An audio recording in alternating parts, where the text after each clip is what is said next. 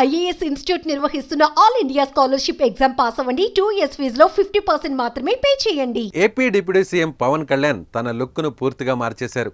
గత ఎన్నికలకు ముందు నుంచి గుబురు గడ్డంతో ఉంటున్న పవన్ కళ్యాణ్ చాలా రోజుల తర్వాత తన లుక్ను మార్చారు. పూర్తిగా గడ్డం తీసేసి గుబురు మీసంతో పవన్ కళ్యాణ్ క్యాబినెట్ భేటీకి వచ్చారు. పవన్ కళ్యాణ్ను క్యాబినెట్ సహచరులు కూడా ప్రత్యేకంగా చూస్తున్నారు. తన తాజా చిత్రం హరిహర వీరమల్లు షూటింగ్ కారణంగా పవన్ ఈ లుక్లోకి మారినట్లు తెలుస్తోంది. గత అసెంబ్లీ ఎన్నికలకు చాలా రోజుల ముందే పవన్ కళ్యాణ్ షూటింగ్స్ను పూర్తి చేశారు.